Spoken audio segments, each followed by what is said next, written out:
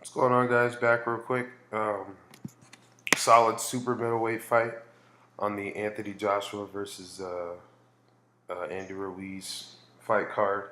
You got Caleb Smith, WBC super middleweight champ, versus Hassan Ndam, former WBO middleweight champ, and former, I guess, WBA middleweight champ as well. So he's a former two-time champ.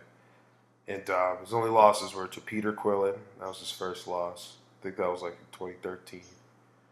Then he lost to who else did he lose to? Dave Lemieux in 2015 for the vacant IBF belt, and he lost to Harada Murata, Japanese dude who just got beat by Rob Brandt.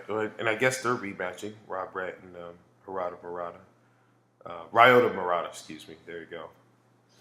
So Indom's a cool fighter. He's solid.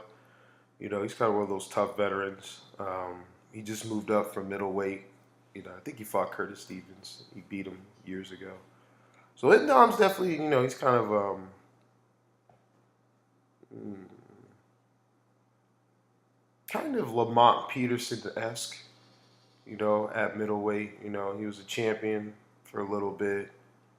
Pretty much, has a really good resume. Not, not a bad fighter. He could box. He got decent power, solid athleticism, decent speed. It's just he's a bit older. I think he's like probably 35 now. I think he's from Cameroon or something like that.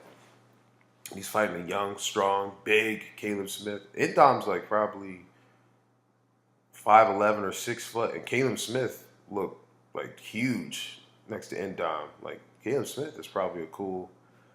He's easily 6'3", but he might be 6'4". He's a tall guy. I would say he's probably the most talented of the Smith brothers. Liam Smith, the one who fought Canelo and Miguel. Paul Smith, the one who fought Andre Ward and Arthur Abraham. They might have another brother. I'm not sure. But I know those are the main three for sure. But Caleb Smith, he just beat George Groves, I think, last year. So he hasn't fought in a minute. Yeah, because he fought in the World Boxing Super Series. And I think he beat George Groves late summer. So he hasn't fought damn near in a year. Like it's been a while for Caleb Smith. I don't know why he's been so inactive.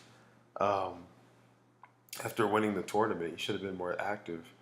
I know 168 isn't the deepest division in boxing, but I'm not a fan of these fighters not getting fights. Especially when they're young. Caleb Smith is not a old dude. He's only like 25, 26. But he's big though, real big at 168. He could easily be at 175. In fact, I probably expect him to be not too long in the future. Um, but I think he's got a 76 reach. And Dom, I think he's got like a 72-inch reach. So it could be a solid fight. Definitely going with Caleb Smith. I'm debating by either stoppage or decision. Indom's pretty tough, but he's had some wars on him. Um,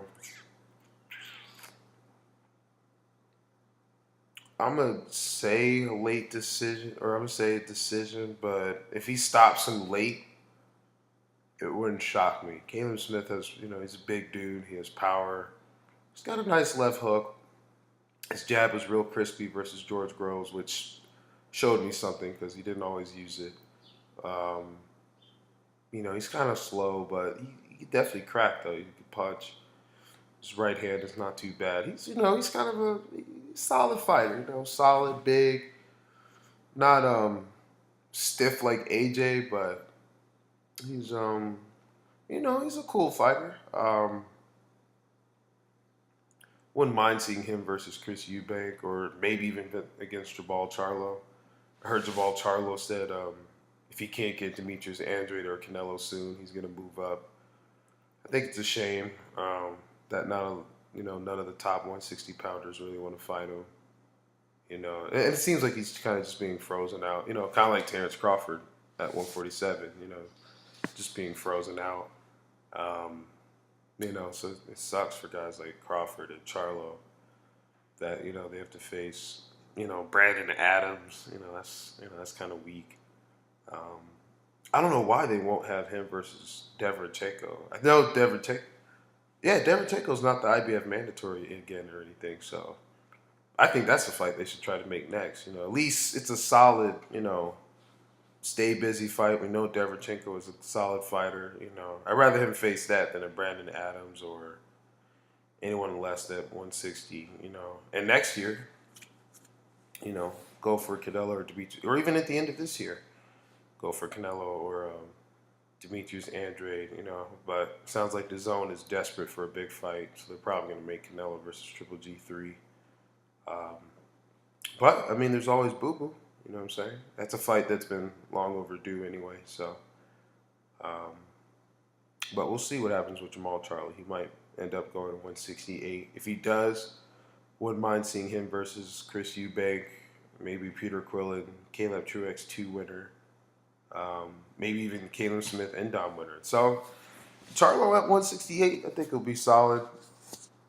Thing is, I don't know how good he is at middleweight, really. So, that's my only real reservation about that is that we haven't seen him against a top 5 cat at 160. So how is he going to look against guys that are 8 pounds bigger? You know what I'm saying? Or a guy like Caleb Smith who's huge at 168.